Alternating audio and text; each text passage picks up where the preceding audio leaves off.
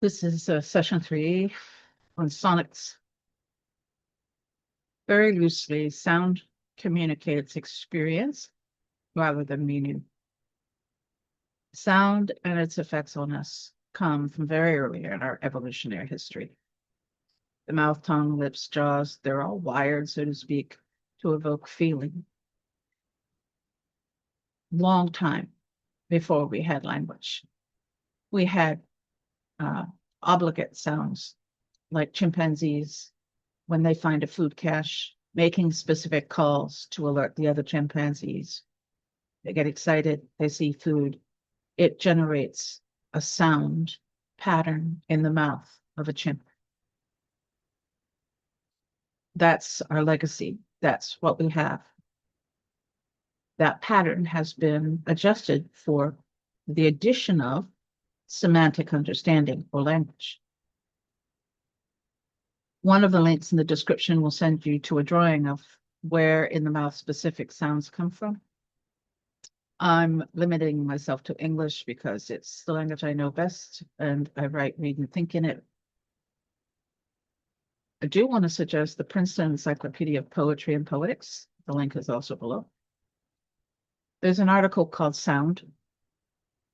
If you can, I urge you to access a copy. It's long, the book. And sometimes it's arcane. The language is not always easy, but the information and the possible avenues for further study are plentiful. There are 3 things from the article on sound I want to emphasize at first. This first is in articulation. It's the picture that I mentioned before. The place and manner of articulation of vowels in the mouth are often graphically represented by a trapezoid broken into 9 sections. This is a quote from the book. High and low, high to low, and front to back. Consonants are created by impeding, through the use of the tongue, lips, and palate, the flow of air at different positions of articulation. The second is that poetry uses both hemispheres of the brain at once. It makes use of both linguistic sound and poetic sound, mapping both lexical patterns and designed aesthetic patterns.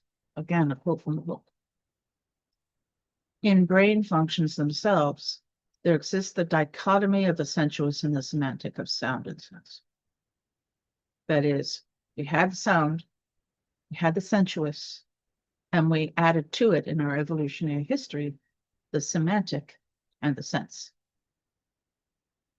That articulation, that sense of patterning, sonics is that aesthetic pattern.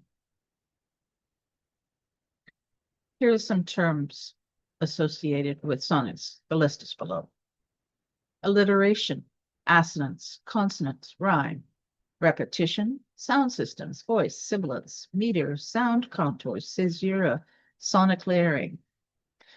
No, I'm not going to define them for you. If you've taken the class and you have access to a whole list of poetic dictionaries, encyclopedias, and other resources, even if you haven't, you have the web. It's a very complicated and detailed topic, sonnets. It's a very important thing in poetry. It's worth spending the time learning what these things are if you don't know them already. The list, of course, is non-exhaustive. There are other terms I just haven't included. I'm going to leave you with 2 pieces from Princeton. These are quotes. The right hemisphere processes ambient sounds and music. Simultaneous words and music, as in song, are analyzed by both hemispheres of the brain at once. For poetry, both hemispheres function in the apprehension and analysis of linguistic and aesthetic sounds. The left hemisphere processes speech rhythm and lexical semantic sounds, while the right analyzes poetic sound patterning and the aesthetics of poetry. In the brain, functions themselves exist the dichotomy of the sensuous and the semantic of sound and sense. This one is my favorite piece, I think, from the entire encyclopedia. It's a bit long, but I'll give you parts of it. There are certain associations made with particular sounds through, though there are invariably exceptions. High vowels tend towards brightness, highness, vivacity, sharpness. P.B. Shelley's To a Skylark begins on a shrieking fever pitch of the four highest vowels. Hail to thee, blithe spirit, setting the tone for the poem. In John Keats's Ode to a Nightingale, the poet addresses the nightingale in appropriately high vowels in response to the bird's high-pitched song, light being a dryad of the trees. By contrast, low vowels tend to convey wholeness, roundness, downness, heaviness, or darkness. Milton's On the Late Massacre in Piedmont, for example, is full of low vowels. In the final lines of the sonnet, Milton's curse on the Italian fields is set low, and the last line presents a steady descent from these may grow 100-fold, who have learnt thy way, early may fly the Babylonian woe. Keats' ode similarly begins with low vowels of tubercular sleep before it ascends with the prospect of the nightingale, drowsy numbness, the hemlock drunk, the dull opiate, and the speaker, lethward, sunk. The final line of the first stanza alternates high and mid vowels without low ones before striking ascent in the line's last syllable. Singest of summer in full-throated ease. These associations are not, strictly speaking, meanings of sounds or abstractions, but rather connotations that poets have traditionally embraced. The next paragraph is on consonants. It says consonants too have their feelings. There are liquids, nasals, fricatives, and plosives produce their own peculiar sound effects and are often combined with alliteration. Yeats's famous lapping lake water illustrates sufficiently.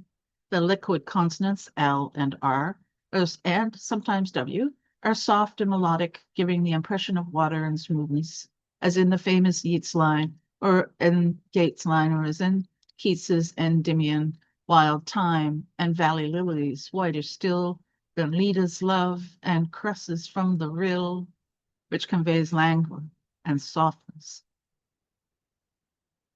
Then nasals M, N, and G divert the flow of air into the nasal passage. Tennyson's murmuring bees imitate the insects with the string of nasals.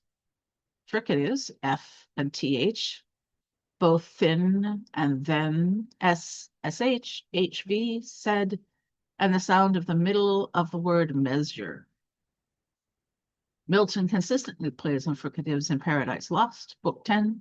Satan addresses the fallen angels as they turn into serpents on all sides from innumerable tongues, a dismal universal hiss, the sound of public scorn, punished in the shape he sinned, according to his doom. He would have spoke, but hiss for hiss returned to serpents, all as accessories. Then there's the affricates CH and J, the plosive B, D, G, P, T, K. You should get the Princeton. It's really interesting. There's a list of words in there, the SN, and unpleasant as the expression of the woman in the photograph. This is from the expression of emotions in man and animal.